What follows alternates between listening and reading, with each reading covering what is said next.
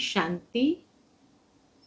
आज हमारी परम आदरणीय, परम श्रद्धेय, बाप समान बाबा के सदा नैनों में समाई हुई मीठी प्यारी गुलजार दादी जी, जिन्होंने कर्मातीत अवस्था को पाकर बाप दादा की गोद में समा गए। आज जब अपने जीवन में पीछे मुड़कर उन स्मृतियों को संजोती हूँ तो लगता है कि दादी मेरे लिए सिर्फ दादी नहीं, लेकिन एक फ्रेंड, फिलोसोफर और गाइड रही है। क्योंकि अव्यक्त बाप दादा से मिलन मनाने का सौभाग्य 1975 में सबसे पहले दादी जी के द्वारा हिस्ट्री हॉल में हुआ, परंतु उस समय इतना दादी जी के क्लोज आने का सौभाग्य नहीं था। परंतु जिस समय मैं 1980 में समर्पित हुई, समर्पण का एक निर्णय मैंने लिया, तो शाम के समय में जब मैं समर्पित हुई तो शाम के समय गुलजार दादी मुझे लेकर के चले कि चलो नक्की पैदल जाके आते हैं। नक्की तक हम पैदल गए। रास्ते में एक फ्रेंड की तरह दादी ने मुझसे पूछा कि ये समर्पण का निर्णय तुमने किसके कहने पर लिया है? मैंने कहा, नहीं दादी, ये मेरा अपना फैसला है। बहुत प्यार से उन्होंने मुझे समझाया, एक फ्रेंड की तरह, कि जीवन का समर्पण कर रही हो, पूरे जीवन का सवाल है, किसी बहाव में आकर के समर्पण नहीं करना, लेकिन विवेक से, निश्चय के आधार से ये फैसला करना, तो आगे की जर्नी तुम्हारे लिए सहज हो जाएगी। आज भी वो शब्द मुझे कान में गूंजते हैं जो दादी ने कहे थे कि जीवन का फैसला किस आधार पर लेना चाहिए।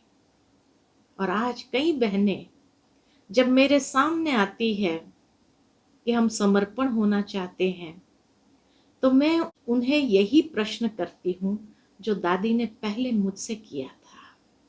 बहुत अच्छी गाइडेंस मिली और सचमुच उस समय मैं उस बात को समझी नहीं थी, लेकिन आज समझ में आता है कि जब मैंने अपने दृढ़ निश्चय के आधार पर यह फैसला किया, तो नेचुरल है कि जितनी भी बातें, परीक्षाएं, तूफान जीवन में आते हैं, उसके लिए हम स्वयं तैयार हो जाते हैं और हर पेपर को पास करने की स्वयं की एक हिम्मत और शक्ति बनी रहती है।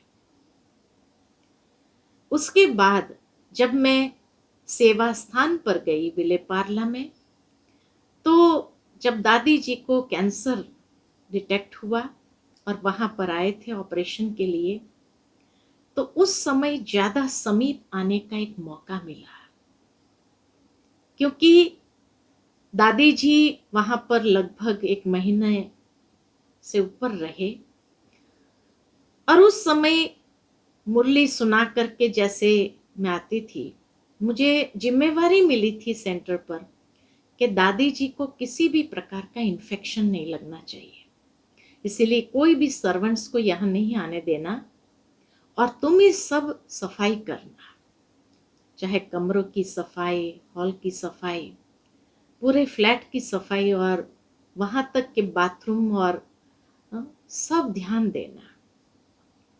ये जिम्मेवारी जैसे ही मुझे दी गई, मुझे बहुत अच्छा लगा और तब से मैं मुरली सुनाकर सुबह सुबह ऊपर आकर के दादी जी से प्रेम से दृष्टि लेकर के फिर सफाई में लग जाती थी।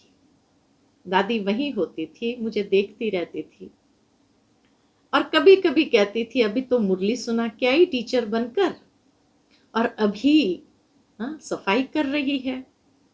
सफाई करने के बाद दादी विशेष प्यार करती थी और इतना ही नहीं, टोली खिलाती थी और साथ में बहुत अच्छी बात कही कि जीवन में ये बैलेंस हमेशा रखना, निर्माणता और जो सेवा मिले उस सेवा को प्यार से करने का। दादी कई बार नीलू बहन को भी बोलती थी, देखो ये अभी तो टीचर बनकर मुरली सुना के आई, लेकिन ये अहम नहीं है और निर्माणता से इतना झाड़ू पोछा सफाई भी करती है। ये बैलेंस को देख करके दादी की विशेष ब्लेसिंग्स मुझे प्राप्त होती रही प्रतिदिन। दादी खूब प्यार भरी ब्लेसिंग्स, और शायद मैं समझती हूँ आज जीवन में आगे बढ़ने का ये दादी की ब्लेसिंग्स ही सूक्ष्म में मुझे आगे बढ़ा रही है। उसके बाद भी कई ऐसे मौके मिले जहां दादी हमेशा कोई भी बात देखती थी तो शिक्षा के साथ साथ बातें समझाती थी। उसके बाद सेंटर से जब मैं मधुबन महायज्ञ में आई तो नेचुरल है सेंटर पर एक जीवन अलग होती है, मधुबन की जीवन अलग होती है। मधुबन तो एक बड़ा सागर है जहां अनेक प्रकार की बातें आती है। आरंभ में मुझे छोटी छोटी बातों में फीलिंग आती थी, कोई कुछ हंसी में भी कह जाता था तो भी मुझे फीलिंग आ जाती थी, मुझे रोना आ जाता था।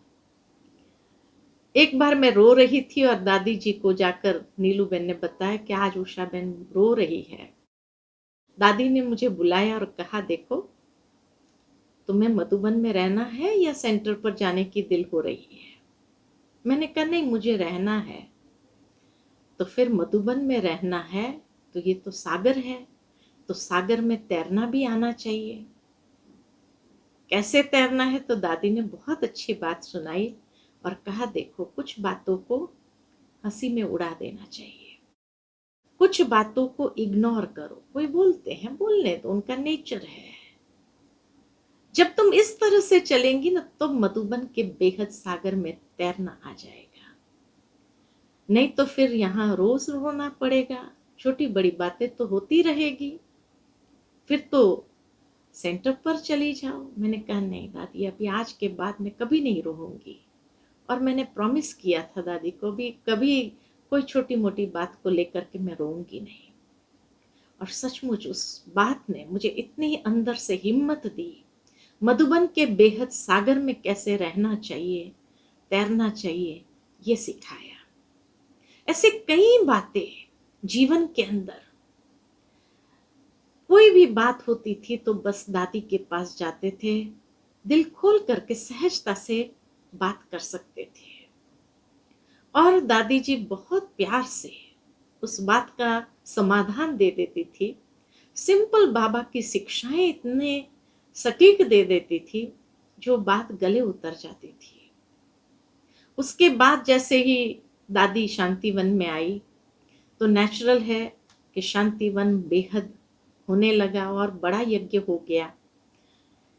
कई बार दादी के ऊपर देश विदेश से भाई बहनें ईमेल्स भेजते थे और विदेश के भाई बहनें जब ईमेल्स भेजते थे तो इंग्लिश में होते थे। मधुबन बेहद यज्ञ में जब दादी पर कोई ईमेल आता था तो शीलू बहन होती थी जो ट्रांसलेट करके सुना देती थी। लेकिन जब शांतिवन में आए तो दादी हमेशा कोई भी ऐसा ईमेल पढ़ती थी और कुछ बातें समझ में नहीं आती थी, वैसे तो दादी कैच कर लेती थी, परंतु कुछ बातें जब समझ में नहीं आती थी तो खास फोन करके बुलाते थे कि जरा इधर आना। दादी का बुलावा होना और जैसे एक अंदर एनर्जी आ जाती थी और मैं तुरंत पहुंच जाती थी। बोलो दादी क्या सेवा है? दादी कहती है एक काम करो, यहाँ बैठो, ये पढ़ो और मुझे इसका सार सुना दो, ये क्या लिखती है। कई कॉन्फिडेंशियल पत्र होते थे, ईमेल्स होते थे, और वो जब पढ़ते थे, दादी को मैं सार सुना देती थी। ये सारी बात डिटेल में भी अगर समझानी होती थी तो दादी के साथ बैठ करके सुना देती थी। लेकिन उसके बाद वो ईमेल में क्या बात थी, वो जिस तरह से दादी निरसंकल्प हो जाती थी, ऐसे हमें भी निरसंकल्प कर देती थी। वो बातें जरा भी याद नहीं रहती थी कि कहीं पर वो बात किसी को सुनाए या कुछ करे। ये दादी की शक्ति का प्रभाव था जो हमने महसूस किया कि जितना दादी निरसंकल्प होकर के उस बात को खत्म कर देती थी, जैसे वो शक्ति हमें भी प्रदान करती थी और हमारे अंदर से भी वो बात रिंचक रहती नहीं थी, सहजता से समाप्त हो जाती थी और हम फ्री हो जाते थे। कई बार कोई टॉपिक के ऊपर दादी को बोलना होता था तो दादी बुला करके कहते, इंग्लिश में अगर वो टॉपिक होता था तो कहते ये टॉपिक का मतलब समझा दो कि टॉपिक क्या है, ये क्या कहना चाहते हैं, किस बात पर बोलना होता है। और जैसे उस टॉपिक को अच्छे से हिंदी में कर देते थे तो दादी जैसे बहुत अच्छा अपना भाषण तैयार कर लेती थी। कभी पूछती थी इसमें क्या सुनाना चाहिए, ऐसे ही जैसे परीक्षा लेने के हिसाब से कि हम हमारी बुद्धि कितनी गहराई तक चलती है। हम अपनी रीति से कोई भी बात बता देते थे, दादी जैसे अपनी रीति से कोई वो उसी बात को बहुत अच्छे से स्पष्ट करते थे।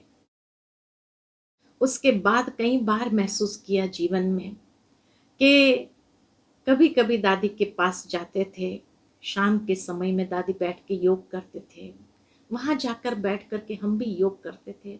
बहुत जैसे मन एकदम शांत हो जाता था, कोई भी बात हमारे मन में जैसे उत्पन्न नहीं होती, इतना पावरफुल वाइब्रेशन दादी के कॉटेज का रहता था। तो वहां जाकर योग करना। कभी जैसे दादी लाइट मूड में होती थी, तारा बहन होती थी, तारा बहन दादी को कभी कभी कुछ कहानियां सुनाती थी, छोटी बहुत मोटी कहानियां आती थी न्यूज़पेपर में तो सुनाती थी, या कोई जोक्स होता था तो सुनाती थी। फिर हमें भी दादी पूछती थी, अच्छा तुम कहानी सुनाओ, तुम भी कहानी सुनाती है ना। और कोई भी ऐसी छोटी कहानी होती थी ज्ञान युक्त, दादी को सुनाते थे। मैंने बहुत अच्छे से दादी को लाइट मूड में भी देखा, गंभीर मूरत में भी देखा, तो किस तरह से शिक्षा सावधानी देते हुए एकदम बहुत शुभ भावना, शुभ कामना का स्वरूप भी देखा। हर रीति से दादी का वो स्वरूप देखा। बहुत सुंदर यादें दादी के साथ की है। जितने याद करते जाते हैं ऐसा लगता है कि दादी नजरों के सामने आ जाती है, कितना प्यार करती है, ऐसा प्यार का हाथ घुमाती है। एक बार रक्षाबंधन के समय में दादी के पास गई थी, दादी ने जैसे ही देखा बिठाया अपने पास में, नीलू बहन ने कहा अच्छा दादी इसको प्यार करो। इतना प्यार किया दादी ने, हाथ घुमाया, सर पर हाथ रखा, वरदान दिया। इतनी मीठी स्मृतियां वो है जो लगता है कि कितनी बातें दादी की सुनाए। समय आते ही और भी बातें सुनाएंगे। तो ये बातें दादी की हमारे दिल पर एक अविनाशी छाप छोड़ गई। बहुत कुछ सीखा दादी से और जीवन में एक श्रेष्ठ दिशा की ओर ले जाने की ये बातें हमेशा स्मृति में रहेगी, एक अमूल्य गिफ्ट की तरह हमारे पास रहेगी। ओम शांति।